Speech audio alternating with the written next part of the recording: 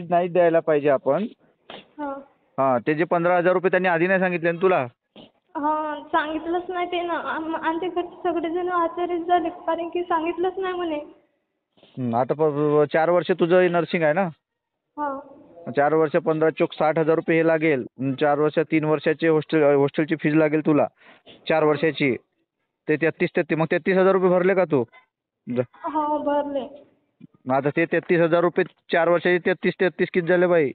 4 ते 12 हा, ते 1,30,000 रुपये ते होत आहे समजा. आणि हे तुमचे 15 चोक 60 झालं 2.5-3 लाख लागते तुला तिथं.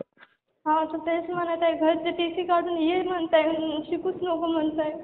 म्हणून तुम्हाला नको मी म्हणलं होतं की तेवढ्या दूरचं कॉलेज कशाला टाकलं, हे मी पहिलंच बोललो होतो. आता एक काम कर, त्याला फीस द्यायची नाही ते 15,000 रुपये, ठीक आहे? हा सध्या आता तिथंच थांब, हॉस्टेललाच थांब. का प्रिन्सिपल जेव्हापर्यंत माझ्याशी बोलत नाही तेव्हापर्यंत तिथून निघायचं नाही, तिथून टीसी काढायची नाही, रडायचं नाही, समजलं? हा त्यांना मी GR आणि बाकी गोष्टी सांगतो, त्या सर्व गोष्टी होतील. पाहू आपण काय म्हणते तर. प्रिन्सिपल मॅम का फोन द्यायचे काय मग? ते आता नाही म्हणता येईल, ते बोलू नाही देता येईल तुला. की हा जो माणूस आहे याचा नंबर काय आहे ते मला सांग. आणि तुला त्या सराने नंबरही नाही दिला. नंबर दे म्हणलं तर सराने ते सर म्हणजे करून गेले. नाही नाही थांब, मी बोलतो. तिथं जा कॅबिन मध्ये जा, अजून कॅबिन मध्ये जा. ते प्रिन्सिपल मॅडम का सरांशी बोला म्हणा तुम्ही.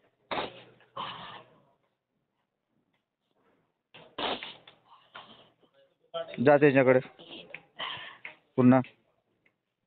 सर सरांशी बोल. नंतर बोलायला तुला सांगितलं ना एकदा फ्री झाल्यानंतर बोलते. अध्यक्ष आहे सर्व आहे. हॅलो हॅलो 2 मिनिटं बेटा बोल. हा मी काय म्हणतो सर, ती मुलगी रडत आहे बरोबर आहे. तिला आधी 1 मिनिट. आणि मला मी काय म्हणतो ऐका ना माझं. हा आमचे अध्यक्ष आलेले इथं. अध्यक्षासोबत मी मीटिंग करतोय. मुलगी 2दा अध्यक्षाच्या कॅबिन मध्ये आली. तिला म्हणलं थोडं वेट कर, दुपारा बोलतो मी सविस्तर. अध्यक्षालाही क्लिअर करून घ्या ते. म्हणजे कसं आहे, मी दुपारून डिटेल बोलतो सर. हा ठीक आहे सर. पण ते पोरीचं नुकसान आहे, कारण आम्ही चंद्रपूरची विद्यार्थी आहे. मी काय म्हणतो, मी तुम्हाला दुपारून डिटेल मध्ये बोलतो काय जे बोलायचंय. सध्या मी अध्यक्षाच्या समोर आहे. हे जे रेकॉर्डिंग आपण ऐकलेली आहे, या रेकॉर्डिंगच्या माध्यमातून आपल्याला समजलं असेल की एका फीस साठी विद्यार्थी आणि तिच्या घरचे काय बोलत आहेत, की तिला फीज माफ न झाल्यामुळे त्या फीला, ती जी फीज आहे ती 4 लाखापर्यंत संपूर्ण नर्सिंगची फीज आहे. ही विद्यार्थी आहे, नर्सिंगची विद्यार्थी आहे आणि ST विद्यार्थिनी आहे. एकीकडे शासनाने मोफत मुलींना शिक्षणाचा जो GR काढलेला आहे, तो GR धाब्यावर ठेवून ते कॉलेजवाल्याकडनं हे फीची जी मागणी होत आहे आणि ती पोरगी फीज भरू शकत नाही. या कारणानं मला एक मदतीची तिने हाक दिलेली आहे की सर मला मदत करा आणि कॉलेजवाल्याशी बोलून जी फीज मागल्या जात आहे त्या संदर्भात काहीतरी मला सल्ला द्या.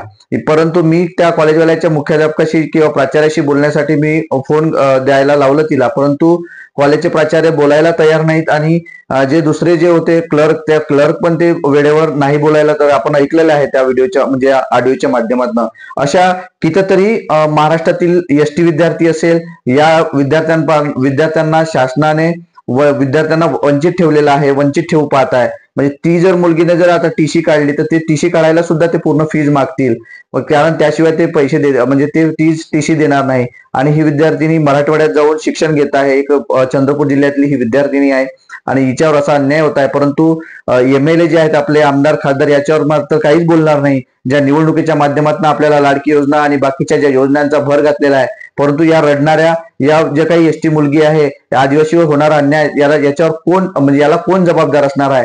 म्हणजे पाप कुणाचे आणि शाप कुणा, यासारख्या गोष्टी या विद्यार्थिनीच्या माध्यमातून आपल्याला या रेकॉर्डिंगच्या माध्यमातून दिसलेल्या असेल.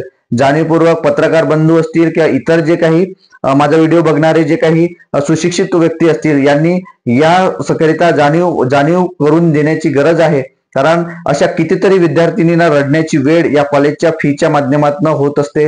आणि यामुळे विद्यार्थी जे काही ST वर्गातील विद्यार्थी मागे असण्यामागचं जर कारण असेल तर हे जे फीचं स्ट्रक्चर आहे आणि जे शासनाने निर्माण केलेले हे धोरण आहे, एकीकडे फ्री आहे म्हणून सांगतं पण दुसरीकडे फीज जे कॉलेज मागत आहे त्याच्यावर मात्र कारवाई करत नाही. यातून असं सांगितलं होतं की आपल्याला याच्यावरती काय वाटतं, ह्या व्हिडिओच्या माध्यमातून आपण मला कमेंट बॉक्समध्ये कळवा, जेणेकरून आपण त्यातून शासनावरती प्रेशर आणून बाकी गोष्टीवरती आपण अन्याय जो आहे हा सहन न करता त्यावर प्रतिकार करण्यासाठी आपण सुद्धा त्यात मला मदत कराल हे आपणास विनंती करतो. आणि आपण या व्हिडिओ संदर्भातील कमेंट मात्र नक्की द्या. आपल्याला असे जे काही अपडेट असतील आणि यातून तोडगा काढण्याकरता तत्परतेनं नेचर फाउंडेशनच्या माध्यमातून मी मदत करीत असतो आणि फीज वाचवण्याच्या संदर्भात जे काही परिपत्रक असेल याच्या संदर्भातही मदत करीत असतो. आतापर्यंत आपण या माध्यमातून अशा कॉलेजच्या फीजच्या संदर्भात आतापर्यंत 40 ते 50 लाख विद्यार्थिनीचे वाचवलेले आहे आणि 0 रुपयात सुद्धा ऍडमिशन विद्यार्थ्यांना मिळवून दिलेलं आहे. याकरिता आपण माझ्या या चॅनलला सबस्क्राईब करा, जेणेकरून आपला कोणीतरी भाऊ असेल, कोणीतरी मित्र असेल, मैत्रीण असेल, कोणीतरी आपला मुलगा असेल, यांना मात्र या सल्ल्याचा फायदा होणार आहे, ज्याच्या माध्यमातून विद्यार्थ्यांची फी सुद्धा वाचेल आणि एका विनीला म्हणजे जे काही शिक्षण असणार आहे त्यापासून वंचित ठेवण्यापासून आपण त्याला वाचवू शकतो. त्याकरता आपण या माझ्या चॅनलला सबस्क्राईब करा. धन्यवाद.